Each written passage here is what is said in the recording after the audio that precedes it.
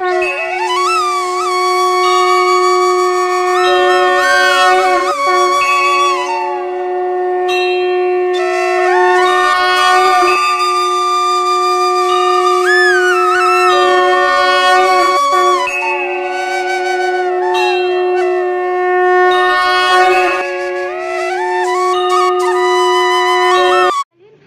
একটা নতুন ভিডিও নিয়ে চলে এসেছি তোমাদের কাছে। তো আজকে যেখানে এসেছি এটা কলকাতার খুব কাছাকাছি একটা মন্দিরে। এই মন্দিরটা হলেন মা বিপত্তারিণীর মন্দির। তো চলো মন্দিরের ভেতরে যাওয়া যাক, এই মন্দির সম্পর্কে তোমাদেরকে আমরা জানাবো। তার আগে বলি, আমি এই মন্দিরে এসে পৌঁছে গেছি। এসে দেখছি অনেকটা জায়গা জুড়ে মন্দিরটা, আর প্রচুর ভোরবেলায় প্রচুর ভক্তদের সমাগমও হয়েছে। তো চলো মন্দিরে গিয়ে মন্দিরের নিয়মাবলী, টাইমিং সমস্তটা জেনে তোমাদের সাথে শেয়ার করছি। মন্দিরটি বাবা দুলাল প্রতিষ্ঠা করেছিলেন। বাবা সাধনচন্দ্র দাস এবং বসন্ত কুমারী দাসের ঘরে দুলালচন্দ্র দাস নামে জন্মগ্রহণ করেন। তিনি খুব অল্প বয়স থেকে আধ্যাত্মিকতার প্রতি আগ্রহী হয়ে ওঠেন। সময়ের সাথে সাথে তিনি একজন সুপরিচিত মাতৃ সাধক হয়ে ওঠেন এবং পরে তার বাড়িতে মা বিপত্তারিণী চণ্ডীর একটি মূর্তি স্থাপন করেন। বাবা দুলাল স্বপ্নে নয় বরং খোলা চোখে এক কিশোরী ছদ্মবেশে মা বিপত্তারিণীকে দেখেছিলেন। তিনি বিপত্তারিণী ব্রত এবং তার উপাসনা এক নতুন পদ্ধতিতে শুরু করেছিলেন এবং সর্বদা তার অনুসারীদের দেবীর পরিবর্তে মা হিসাবে তাকে পূজা করতে বলেছিলেন। তার ভক্তদের বিশ্বাস, যদি কেউ কোনো সমস্যায় পড়ে তাহলে তিনি যদি 3 বার জয় মা বিপত্তারিণী চণ্ডীর জয় জপ করেন তাহলে মা তাদের বিপদ থেকে রক্ষা করবেন। কিংবদন্তি অনুসারে তিনি স্বয়ং মা বিপত্তারিণীর কাছ থেকে স্বপ্নাদেশ পেয়ে প্রতিমাটি প্রতিষ্ঠা করেছিলেন। তিনি তাকে তার মূর্তি রূপ কেমন হবে তা নির্দেশ দিয়েছিলেন, তাই তিনি তার নির্দেশ অনুসারে তার প্রতিমা তৈরি করেছিলেন। তিনি তাকে তার পূজা পদ্ধতি সম্পর্কেও বলেছিলেন এবং আজও সেই রীতিনীতিগুলো অনুসরণ করেই পূজা করা হয়। মা বিপত্তারিণীর মূর্তিটি কৃষ্ণবর্ণের, তার বাহন একটি সিংহ। মূর্তিটির 4টি হাত রয়েছে, যার প্রতিটি আলাদা আলাদা তাৎপর্য রয়েছে। ওপরের বাম হাতে একটি খড়গ রয়েছে, যা তার ক্রোধ এবং অন্যায়কারীদের শাস্তির প্রতীক। নিচের বাম হাতে একটি ত্রিশূল রয়েছে, যা অশুভের ওপর তার বিজয়ের প্রতীক। তার উপরে ডান হাতটি আশীর্বাদ মুদ্রায় ভরা, যা তার ভক্তদের জন্য যারা সৎকর্ম করে, এবং নিচের ডান হাতটি অভয় মুদ্রায় ভরা। বাবা দুলাল টানা 3 দিন ধরে বেলগাছ বিল্ল বৃক্ষের তপস্যা করেন। 3য় দিন সন্ধেবেলায় তিনি পূর্ণ কৃপায় মা বিপত্তারিণী চণ্ডীকে দর্শন করেন।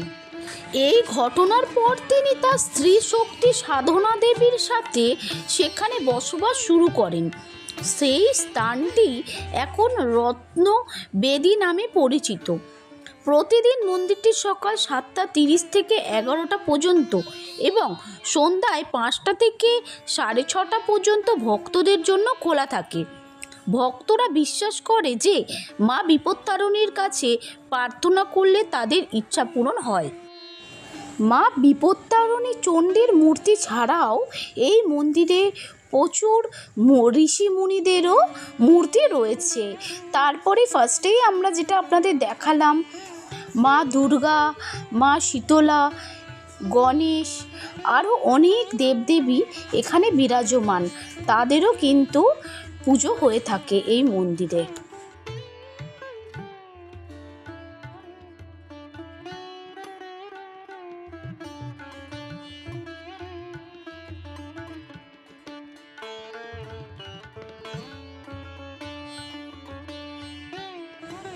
এখানে এই স্টলটা থেকে আপনারা প্রসাদী মায়ের ফটো কিনতে পারেন, কারণ এখানে কিন্তু ঠাকুরের কোনো রকমের ফটো তোলা কিংবা ভিডিও করা বারণ আছে। তো এখানে খুব সুন্দরভাবে পুজো দিতে হয়। পুজো দেওয়ার জন্য কিন্তু আগের দিন আধবেলা নিরামিষ খেতে হয়, পরের দিনও পুজো দেওয়ার পর নিরামিষ খেতে হয়। এইটা কিন্তু এখানে প্রত্যেকটা জায়গায় হোর্ডিংয়ের মাধ্যমে লেখা রয়েছে। এই মন্দিরে প্রবেশের সাথে সাথেই আমরা আপনাদের দেখালাম একটা স্টল রয়েছে, যেখানে আমাদের ব্যাগের মধ্যে করে জুতো আলাদা করে রেখে দিতে হলো, তার বদলে তারা একটা টোকেন দিল, কিন্তু এর জন্য কোনো টাকা পয়সা নেয়নি। তারপরে আমরা হাত ধুয়ে মন্দিরের দিকে এগোতেই দেখলাম প্রচুর স্টল রয়েছে, যেখান থেকে মায়ের পুজো দেওয়ার সামগ্রী পাওয়া যায়। তো এটা আলাদা করে আপনারা আনতেও পারেন, আবার এখানেও এসে কিনতে পারেন। কেনা হয়ে যাওয়ার পর যখন আমরা মন্দিরের ভেতরে গেলাম, তখন সেখানে সমস্ত জিনিসপত্র রাখার জন্য আমাদের একটা ঝুড়ি দেওয়া হলো, তার জন্যও কিন্তু কোনো টাকা পয়সা নেওয়া হয়নি।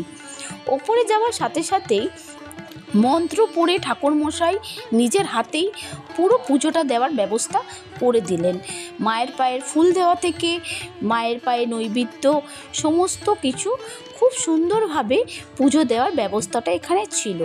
যেটা আগেই বললাম, যদি আপনারা এখানে এসে পুজো দেন, পুষ্পাঞ্জলি দেন, তাহলে কিন্তু আপনাদের সেই দিনটাও পুরোটাই নিরামিষ খেতে হবে। এটাই কিন্তু এখানকার পুজো দেওয়ার একমাত্র নিয়ম। তারপরে আপনারা দেখতেই পাচ্ছেন পুরো মন্দিরটা অনেকটা জায়গা জুড়ে রয়েছে। এখানে আসলে কিন্তু আপনার মনটা সত্যিই ভরে যাবে। আমরা এসেছিলাম অনেকটা সকালে, সেই সময় কিন্তু এখানে যথেষ্ট ভিড় ছিল, প্রচুর ভক্তদের আনাগোনা ছিল। তো বন্ধুরা, আশা করছি মন্দিরটা ঘুরে তোমাদের খুবই ভালো লেগেছে, আমার তো খুব ভালো লেগেছে। আর আরও একটা কথা হলো, আমাদের বাড়ির কাছাকাছি তো সবসময় বিপত্তারিণীর মন্দির নেই। আমরা কি করি, গঙ্গাধারের যে সমস্ত মন্দিরগুলো থাকে সেখানে গিয়ে কিন্তু আমরা বিপত্তারিণী মায়ের পুজো দিয়ে থাকি।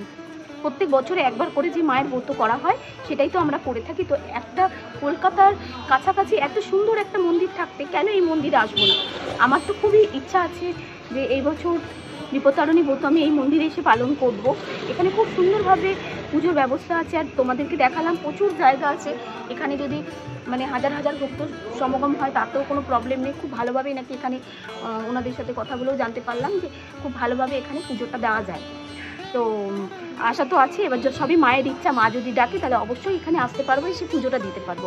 তো বন্ধুরা, আমার মতো যদি তোমরাও চাও এই মন্দিরে বিপত্তারিণীর ব্রত পুজো দিতে কিংবা ব্রতের নিয়ম পালন করতে, পুরোটাই তোমাদের দেখালাম কীভাবে ব্রত নিয়ম তোমরা পালন করবে, তো তোমরা এখানে চলে আসতে পারো। তো চলো, আজকে এই বলেই ভিডিওটা এখানেই শেষ করছি। আবার দেখা হচ্ছে খুব তাড়াতাড়ি নতুন একটা ভিডিওতে। ততক্ষণের জন্য সকলে ভালো থেকো, সুস্থ থাকো, আর আমাকে ভুলো না অনেক ভালোবাসা দিও।